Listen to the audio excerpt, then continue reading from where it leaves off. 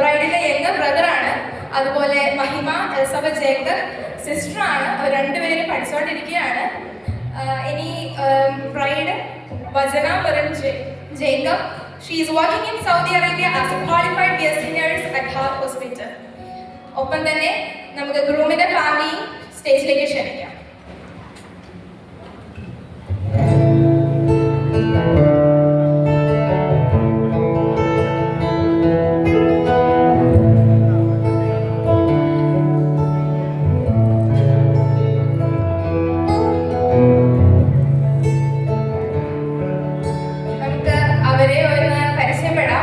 Grooming the father, Mr. Thomas Kurian, and mother, Mrs. Sunita Matthew. They were both settled in New York.